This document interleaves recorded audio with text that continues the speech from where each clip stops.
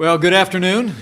And on behalf of President Trump and the First Family, it's my privilege to say, welcome to the White House. And welcome to the swearing in of the 20th United States Ambassador to the Organization of American States, Carlos Trujillo.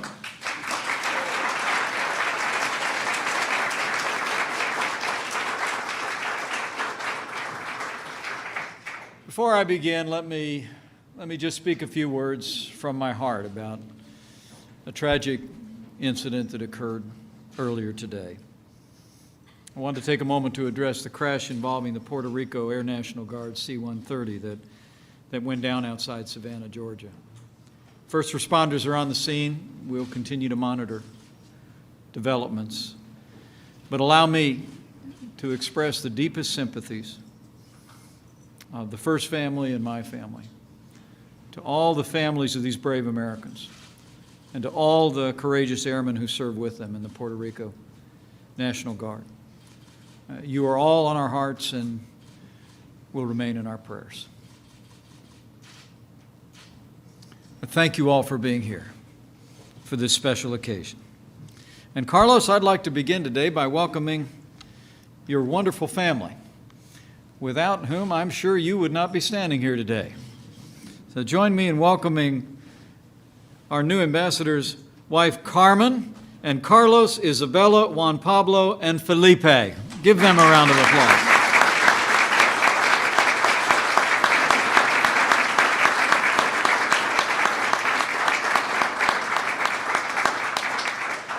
And Isabella just proved that she is the daughter of a new United States ambassador because she just named all 45 presidents. Wonderful job. Very proud of you. I also want to recognize all the members of your extended family who are here with us today. I know how proud they are. Under President Donald Trump, the Western Hemisphere is a key priority for the United States of America, because the security and prosperity of our region directly affects the security and the prosperity of the American people. And our new ambassador, Carlos Trujillo, the President has chosen a principled leader who we know will ably represent the United States and our interests at the Organization of American States. Carlos, you bring to this new role a wealth of experience and a proven record of service to this nation. Growing up in Florida, the son of Cuban parents, you've seen firsthand how the fortunes of our neighbors across the wider region influence our own nation. Your hometown of Miami, known as the gateway to the Americas, is, in every sense, a melting pot of different cultures and traditions. It reflects the rich tapestry of the Western Hemisphere. For the better part of a decade, you've served the good people of your city and state. Graduating from law school, you spent 4 years as assistant state attorney in the Miami-Dade County State Attorney's Office. From there, you founded your own legal practice, but in 2010, you stepped up once more to represent your hometown, and you've served with distinction in the Florida House of Representatives ever since. From the first time he met you, President Trump recognized your leadership. And for the past few months, as a reflection of that, you've served as a special advisor at the U.S. mission to the United Nations. And now you've taken a much larger role, a role that's vitally important to the life of our nation, in our hemisphere, and in the world. The Organization of American States, which celebrated the 70th anniversary of its founding only 2 days ago, brings together the United States and essentially every nation from across the Western Hemisphere. In this forum, it will be your responsibility to represent our nation and to forge stronger partnerships in the pursuit of America's interests. This is of vital importance to our administration. 2 weeks ago, you and I first met in Lima, Peru, at the 8th Summit of the Americas, where I spoke to the members of the Organization of American States about the United States priorities for the region. I'll be reiterating that message alongside you once again at OAS headquarters this coming Monday. Under President Trump, as you know, Carlos, the United States seeks to forge stronger and more balanced trade relationships across the region. We believe the spread of prosperity beyond our borders benefits our people and benefits our hemisphere. We've already made good progress in recent months with many of our allies across the region, and we'll look forward to working with you to continue to advance America's economic interests. We also seek to strengthen our security partnerships in the Western Hemisphere. The interconnected dangers of illegal drugs, illegal migration, human trafficking, rising crime increasingly threaten the well-being of our people. And so we are committed, and it will be much of your task to work with our allies across the region to root out corruption, the corruption that spreads misery and instability and compromises the values of this hemisphere of freedom. And finally, the United States is committed to see to it that this is a hemisphere of freedom. As you know, the Charter of the Organization of American States reads, and I quote, "The historic mission of America is to offer a land of liberty." The Western Hemisphere has made great progress toward this goal, but as we all know, we still have much work to do. In recent weeks, the government of Nicaragua has brutally repressed its own people by raising their voices in peaceful protest. In Cuba, the Castro name may be fading, but its legacy of tyranny lives on and hangs over that country like a cloud, darkening the future of all who call that island home. And in Venezuela, under the rule of the dictator Nicolas Maduro, a once flourishing democracy has disintegrated into dictatorship, and what was once perhaps the most prosperous nation in South America has become one of its poorest. In light of these many challenges, President Trump has made our nation's policy clear. We will stand with all who yearn for liberty, and we will stand up to their oppressors.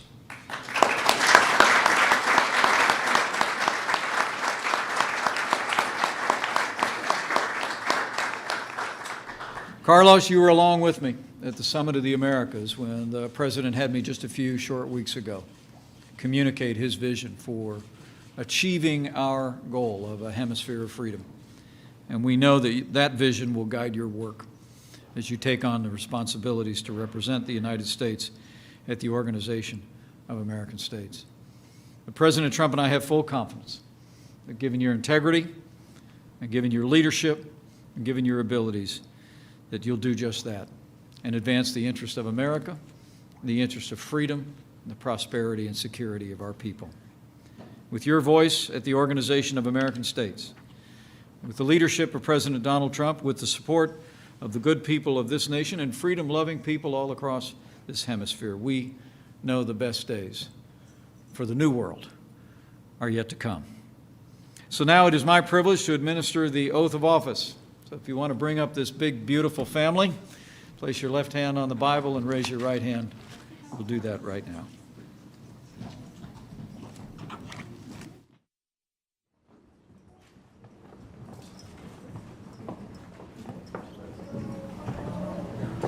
I, Carlos Trujillo, do solemnly swear I, Carlos Trujillo, do solemnly swear that I will support and defend the Constitution of the United States that I will support and defend the Constitution of the United States against all enemies, foreign and domestic, against all enemies, foreign and domestic, that I will bear true faith and allegiance to the same, that I will bear true faith and allegiance to the same, that I take this obligation freely, that I take this obligation freely, without any mental reservation without any mental reservation or purpose of evasion, or purpose of evasion, and that I will well and faithfully discharge the duties and that I will well faithfully discharge the duties of the office upon which I'm about to enter. of the office upon which I'm about to enter. So help me God. So help me God. Congratulations, Mr. President.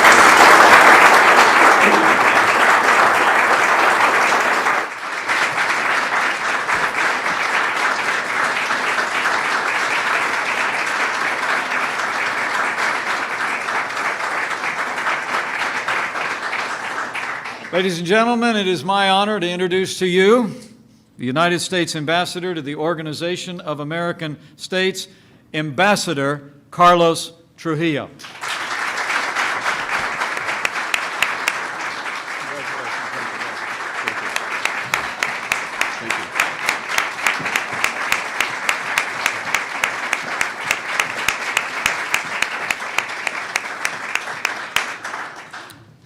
Thank you, Vice President Pence. It's truly an honor to be here before a lot of my friends and family today, and especially with you administering the oath. It really means a lot to me and a lot to my family.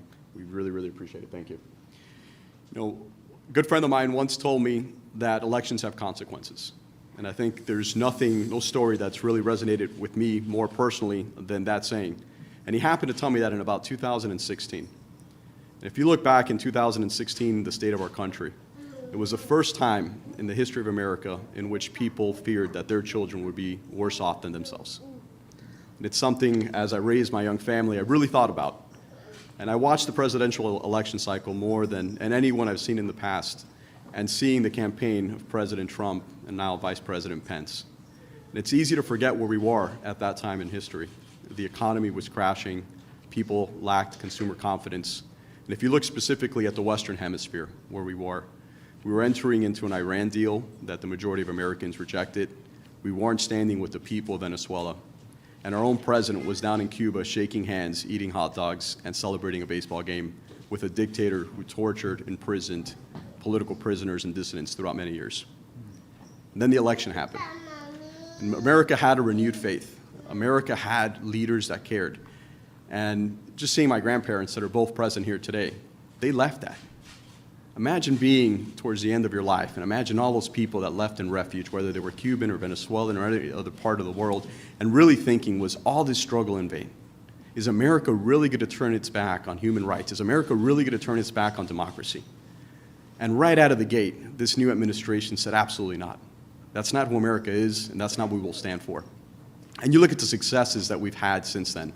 As I was approached about applying to become an ambassador, and really the largest professional honor I've had in my life, they asked me, why would you do this, and why would you want to do it? And it's not just being an ambassador. It's being an ambassador for this administration.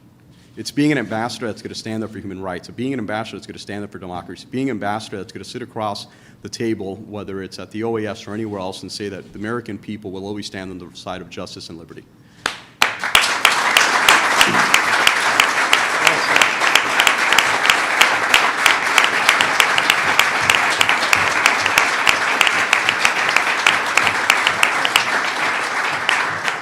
And I can tell you, Vice President Pence, I've never felt more proud than sitting there in Lima. And as we're sitting in the room, it's a plenary of all these different leaders from all across the Western Hemisphere. And you hear people, Evo Morales and some of these people, just attacking American democratic values. And you see the Vice President of the United States come in and really set the message straight. We won't stand for that. We will always, always stand on the side of human rights. We will always stand for democracy. We will always fight for those principles. I was so proud. I couldn't have been any more honored to just be sitting there next to the Vice President of the United States, looking across the table and seeing this country that's called Cuba. Knowing the history of my family, knowing that my parents, my grandparents came here, my parents came at the same age as my children who are standing next to me. And knowing that in just one generation away, you could go from coming over on a plane with just shirt on your back, working your tail off, paying your taxes, honoring your country and God. And in just 40 or 50 years, my grandparents are a living testament that your child or your grandchild could be standing at this podium. That is only in America.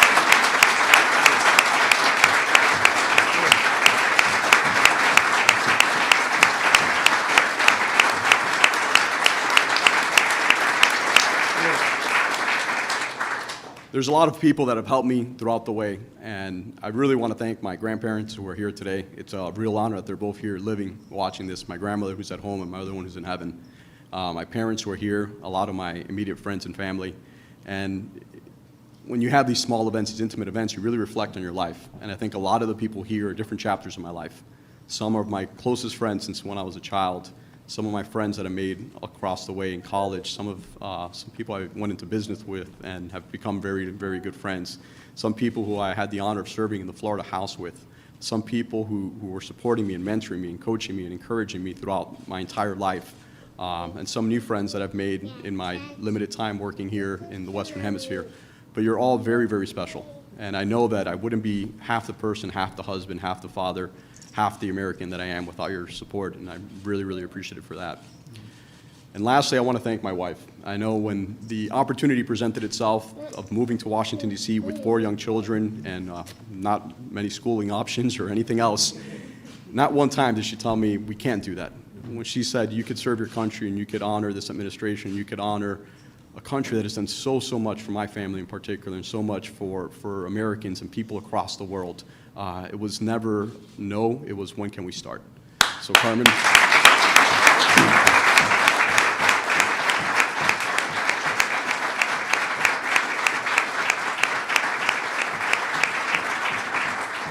Carmen, thank you. None of this would be even worth or possible without you. I really, really appreciate it. And Vice President Pence, it's really one of the biggest honors of my life is serving your administration. I look forward to working diligently, without resolve and never wavering until Venezuela, Cuba, Nicaragua, and the Western Hemisphere is free and able to enjoy the liberties and democracies that we all celebrate. Thank you.